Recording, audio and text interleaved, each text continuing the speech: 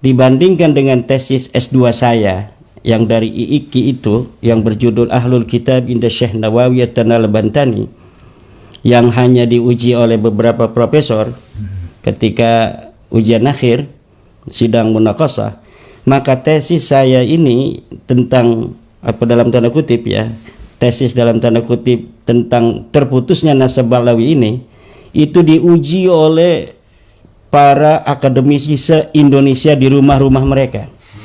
Oke. Jadi ini lebih hebat daripada tesis saya yang waktu S2 itu, yang hanya diuji oleh beberapa profesor, oleh apa namanya akademisi-akademisi yang terbatas. Sedangkan tesis saya tentang bahwa Ba'lawi, Habib-Habib ini yang ada di Indonesia bukanlah keturunan Nabi Muhammad SAW, itu sudah diuji, sudah dibaca oleh profesor-profesor mungkin yang ada di Indonesia ini yang mempunyai sebuah perhatian khusus terhadap nasab Ba'lawi.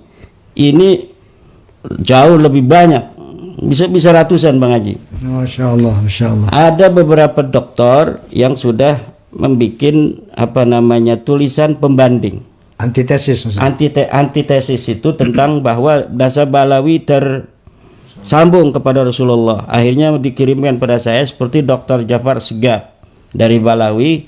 Kemudian kita lihat, kita pelajari, kemudian kita berkesimpulan bahwa antitesis daripada Dr.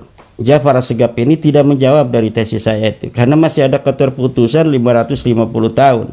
Karena memang nasab Ba'lawi ini adalah nasab yang memang baru dipabrikasi pada abad 9 Hijriah tentang orang yang ada di abad keempat Hijriah. Jadi sesuatu yang bisa kita peroleh dari hujah-hujahnya Ba'lawi ini semuanya ada di abad 9 tentang berita orang-orang yang ada di abad keempat. Ada 550 tahun kesunyian dalil, kesunyian data, kesunyian sumber yang sampai saat ini belum bisa diverifikasi, belum bisa ditemukan jawabannya oleh mereka. Dan menurut saya Bang Haji tidak akan pernah mereka menemukan jawaban itu. Karena apa? Algoritma kedustaan yang dibangun pada abad 9 itu sudah sangat presisi. Saya dapat melihat bagaimana mereka membangun nasab mereka itu pada abad ke-9 dengan cara-cara yang ya tidak masuk di dalam kategori tidak masuk dalam scientific evidence. Jadi tidak bisa dibuktikan di dalam meja ilmiah.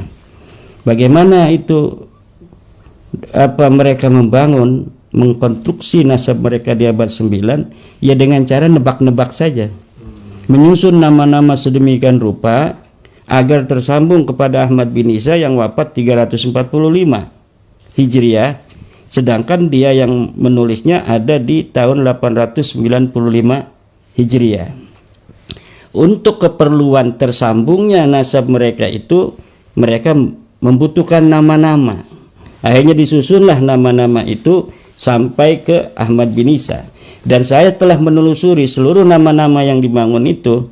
Dari mulai Ahmad bin Isa katanya punya anak namanya Ubaid, Ubaid punya anak namanya Alwi, Ali punya anak namanya Muhammad, Muhammad punya anak namanya Alwi, Alwi punya anak namanya Ali, Ali punya anak namanya Muhammad, punya anak lagi namanya Ali, punya anak namanya Faqih Muqaddam. Setelah Faqih Muqaddam ini adalah orang yang fiktif secara apa namanya orang, individunya nggak ada, juga secara kesejarahannya. Kalau mulai dari Faqih Muqaddam, saya berhusnudzon orangnya ada, tetapi kesejarahannya yang dibangun, katanya dia adalah seorang imam, seorang ulama besar, seorang mujtahid mutlak, itu fiktif kesejarahannya, tapi individunya historis. Individunya ada. Tapi kesejarahannya yang dibangun dengan atribusi dan asosiasi yang diciptakan oleh keluarga Ba'lawi itu tidak ada.